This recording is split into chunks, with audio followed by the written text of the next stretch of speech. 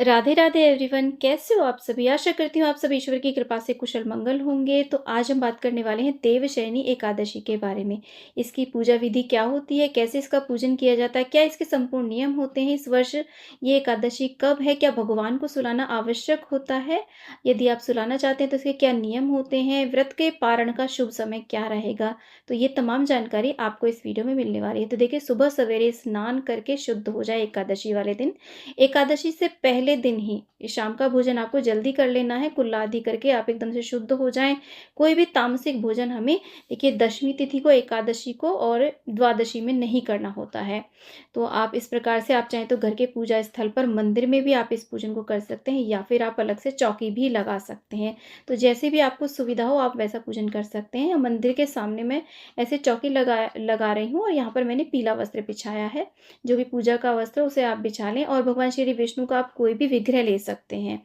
देखिए, लक्ष्मी मैया के साथ में यदि विग्रह है तो बहुत ही शुभ है। आप चाहें तो लड्डू गोपाल जी का भी आज के दिन पूजन यहीं चौकी पे कर सकते हैं, नहीं तो देखिए मंदिर के सामने कर रहे हैं तो मंदिर के जो सभी देवी देवता हैं उनका भी पूजन साथ में ही हम कर लेंगे। पहले चौकी का पूजन करेंगे, बाद में करेंगे।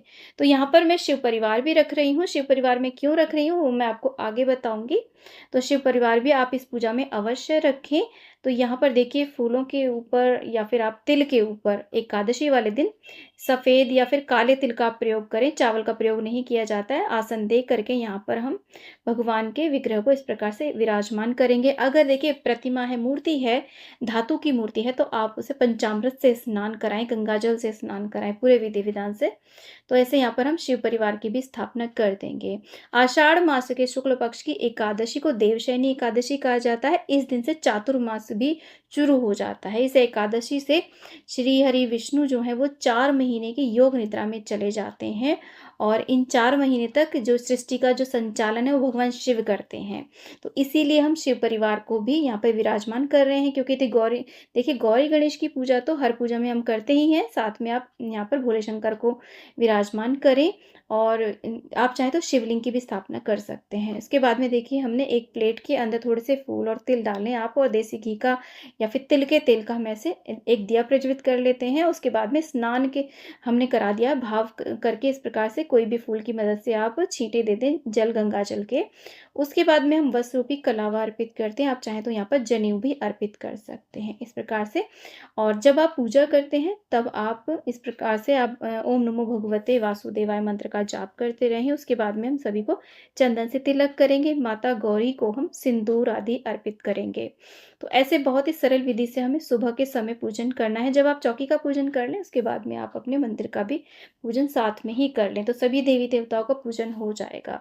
तो इस एकादशी पे आप भगवान भोलेनाथ का पूजन अवश्य करें, क्योंकि आगे आने वाले समय में पूरे 4 माह के लिए भगवान शंकर सृष्टि का संचालन करेंगे। तो बहुत ही विशेष और बड़ी एकादशी मानी जाती है। और इस एकादशी में भगवान श्री विष्णु योग निद्रा में चले जाते हैं 4 महीने के लिए। उसके बाद में देवउठनी जो एकादशी आती है, कार्तिक मास की जो एकादशी होती है उस पर देवउठनी एकादशी भी कहते हैं उसको, उस पर ये देव जागते हैं, भगवान श्री विष्णु योग निद्रा से जागते हैं। तो यहाँ पर हमने तिल अर्पित कर दिए हैं। थोड़े से तिल हम यहाँ पर दीपक में भी डाल देते हैं, क्योंकि जब तिल चटकते हैं तो हमारे तिल तिल करके कष्टों का निवारण हो जाता है। उसके बाद में जो भी आपको फूल मिल जाते हैं वो आप अर्पित करें। गौरी गणेश को आप लाल पुष्प अर्पित करें और यहाँ पर भगवान भोलेनाथ को सफ़ेद पुष्प अत्यधिक प्रिय हैं और भगवान श्री विष्णु को आप पीले पुष्प अर्पित करें। उसके बाद में हम धूप दीप इस प्रकार से दिखा देंगे। तो बहुत ही सिंपल साधारण ये पूजन हमें करना है। आप चाहें तो यहाँ पर कलश की भी स्थापना कर सकते हैं, चाहें तो छोटा सा हवन भी आप कर सकते हैं। देखिए, पूजा जो होती है वो जितनी भी आपके पास सुविधा है उसके अनुसार आप कर सकते हैं। ज़्यादा समय है, सुविधा है, तो आप ज़्यादा विस्तृत रूप में भी कर सकते हैं। उसके बाद में हम तुलसी दल अर्पित कर देंगे। यहाँ पर भगवान श्री विष्णु के सभी पूजन में हम उन्हें तुलसी अर्पित करते हैं। तुलसी हमें 1 दिन पहले ही तोड़ लेनी है। उसे आप पानी में रख दीजिए, थोड़ा-सा पानी करके, वो मुरझाएगी नहीं। तो तुलसी हमें उस दिन नहीं तोड़नी है, 1 दिन पहले ही हमें तुलसी तोड़नी है। उसके बाद में देखिए, अलग से भोग आप लगाएँगे गणेश भगवान को, शिव परिवार को अलग से भोग लगाएँ और भगवान श्री विष्णु को तुलसी दल डाल करके ऋतु फल का भोग लगा सकते हैं। फिर जल का भोग भी हम अलग से लगा रहे हैं गणेश भगवान को।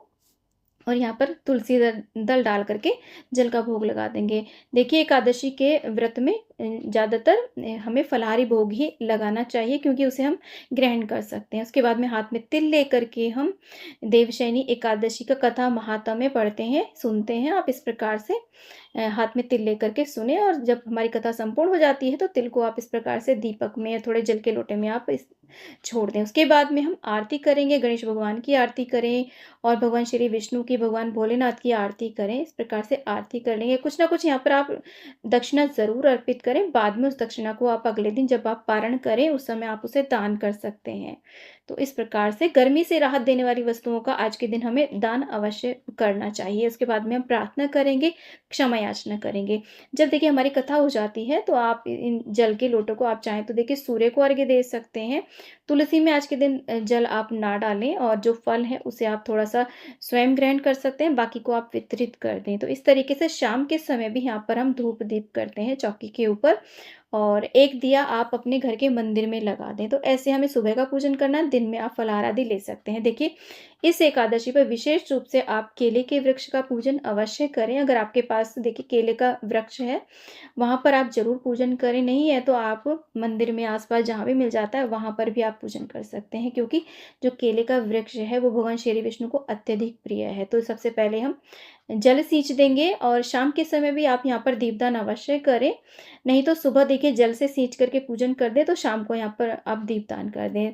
हमने वस्त्र रूपी कलावा भी अर्पित कर दिया। उसके बाद में हम चंदन से तिलक करेंगे, धूप दीप और पुष्प आदि से हम नैवेद्य आदि अर्पित करके केले के वृक्ष का हम इस प्रकार से पूजन करेंगे। और केले के वृक्ष में इस प्रकार से तिली अर्पित करेंगे, पुष्प अर्पित करेंगे, चंदन से तिलक करेंगे, आरती करेंगे, धूप दीप आरती दिखा देंगे। नैवेद्य में आप कुछ भी, आप यहाँ पे बहुत हल्का सा चाहे तो देखिए गुड़ या फिर गुड़ और चना चढ़ा सकते हैं, लेकिन इतना चढ़ाएं कि चींटी आदि ना लगे, और या किसी प्लेट में रख दें, बाद में उसे उठा लें। कुछ भी फल यहाँ पे भोग में आप अर्पित कर सकते हैं।